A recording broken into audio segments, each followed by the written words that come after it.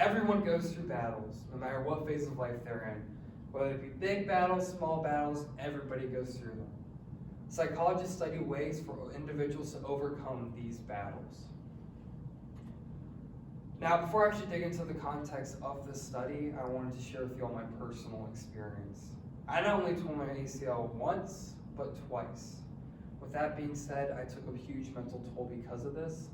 I had to have strength and determination to overcome this, which I did, and I was blessed to have the opportunity to participate in the University of Mount Union men's soccer team.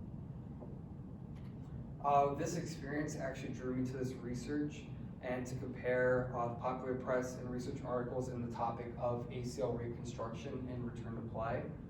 This is kind of just showing where should I look when conducting this research. Should I be looking at a popular press or research article?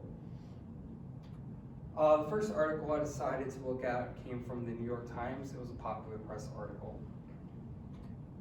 In this, the popular press New York Times article, it was titled, "After a Knee Injury, Be Wary When Returning to Sports." It was written by Gretchen Reynolds and was published in 2019. Additionally, she elaborated on the 90% strength test.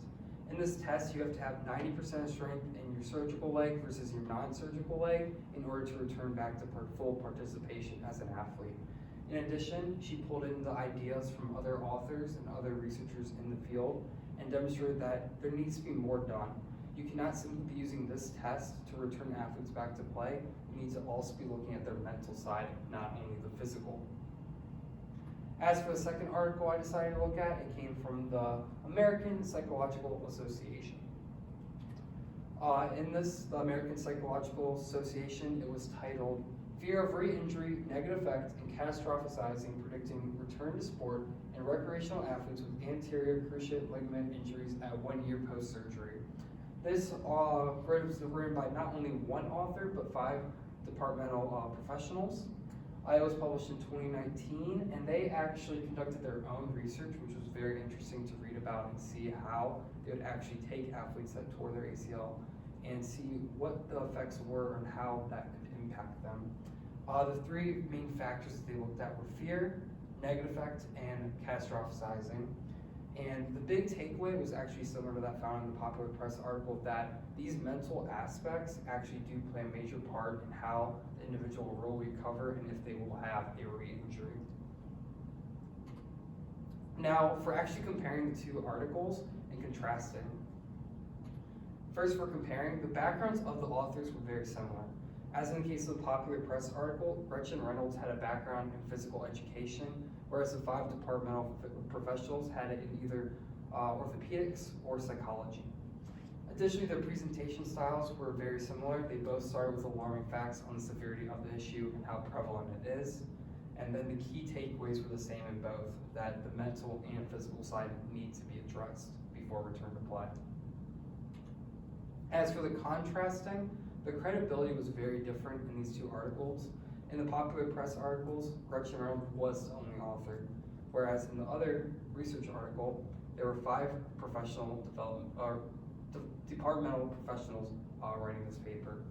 Additionally, the sources that they had embedded, there were 40 sources plus in the research article, whereas in the popular press, they only had 5. Additionally, the information of the source. So in the popular press article, it was more secondhand information where she pulled in the ideas of other experts in the field, whereas in the research article, they conducted their own research and saw the results firsthand. The final takeaway from this is that if you want fast, reliable feedback, you can look at a popular press article in this instance, but if you want to actually dig in and examine the study for yourself and maybe learn more to do your own research, I would suggest looking into a research article.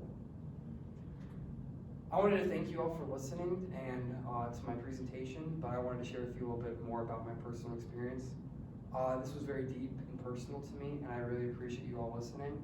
And I really do think the mental side needs to be noted when recovering from this injury, because it did take a mental toll on me, and I saw it in the recovery of myself that I would not have been physically I passed every test and I was ready to go back to play. But mentally, if I went back, I most likely would have re-torn my ACL due to fear and due to not feeling ready. With that being said, here are my resources consulted, and thank you.